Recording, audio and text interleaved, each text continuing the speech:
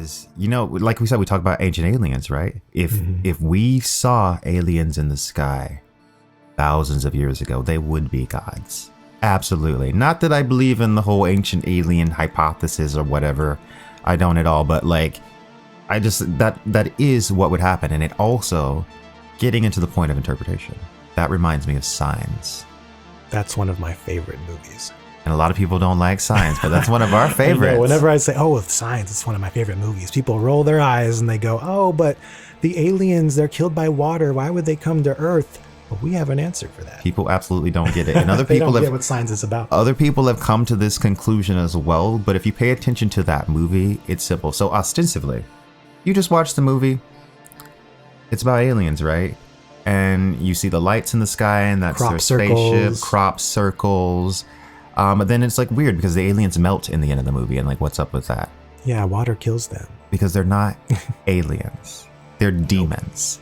And once you understand this, it becomes so unbelievably obvious. Like, I'm going to give you guys a challenge, everyone listening to the podcast right now. If you've seen Signs before, listen to what we're about to say and watch it again, and it will make the most sense possible. So they're demons. Quite obviously demons. First of all, they're naked. They've got no technology. We don't see any alien technology in this whole thing. Why would aliens be naked? I know like in like older movies, they're naked, but like why would these aliens be naked walking around with no technology? 2, the aliens can't open doors. And if you know anything about like mysticism or the occult, you know that spirits, demons, evil entities, vampires, things like that usually need to be invited in. They have to be let in. 3, the movie has prophecies and divine messages. On his wife's deathbed, she basically predicts the end of the movie. She has a vision. Tell George to swing away, right? So she predicts it. She's given this vision, which saves him at the end of the movie. 2, this is where the water makes sense. So this is the most perplexing thing. This is the thing that people will always talk about.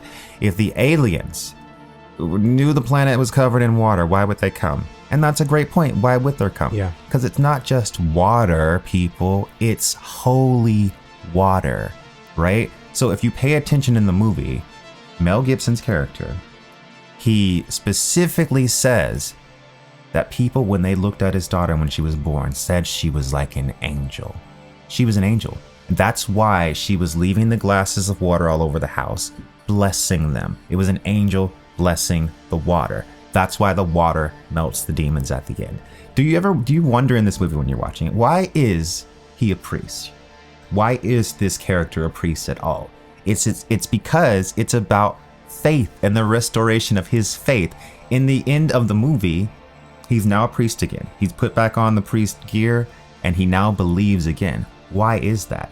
Like a lot of people just look at that scene and they think, oh, whatever, he's gone through this experience and now he believes again, whatever. It's not that simple.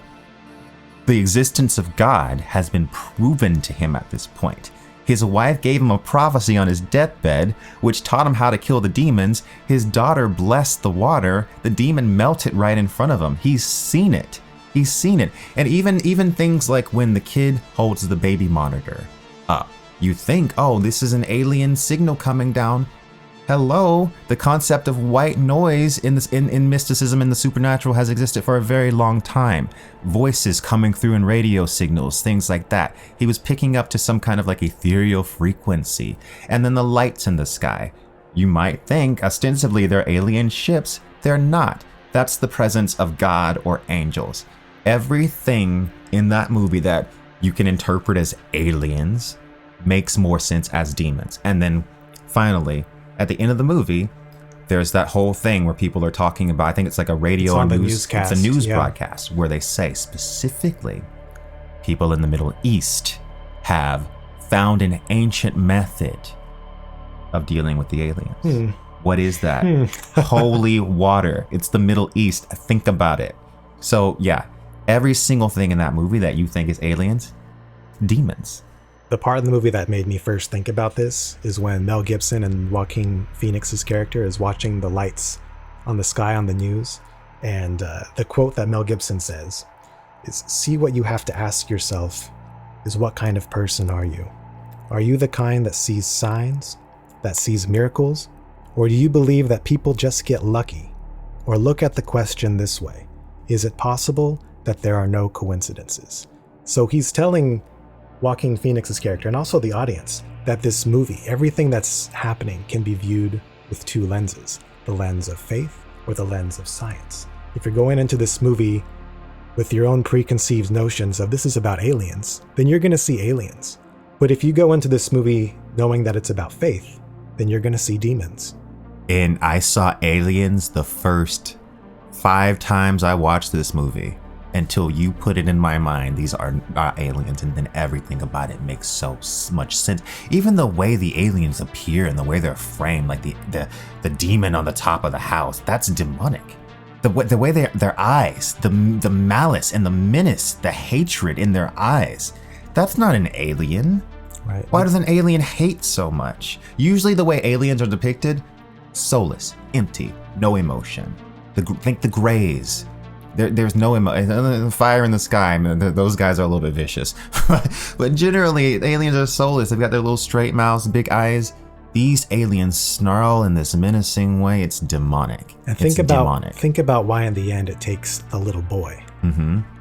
Well, it's the innocence. That's what demons do. Demons always want innocent souls. That's what they want. They want to claim innocent souls and turn them dark or consume them or whatever. That's another aspect of demology or whatever you want to call it. That it's pretty well known and prominent. So just all of it makes sense. Because why is the alien taking the little boy? What is he doing? Why does the alien want the kid? Doesn't make any sense. Why does the demon want the kid? It's obvious. So Signs is great. It's one of M. Night Shyamalan's best, I think. And I honestly like a lot of M. Night Shyamalan's movies. I feel like, sure, Avatar is not great. Sure, like some of them aren't great. He's got some stinkers like everybody, but Sixth Sense, Signs, The Village, even Lady in the Water is a great movie, very underrated. So give him some props.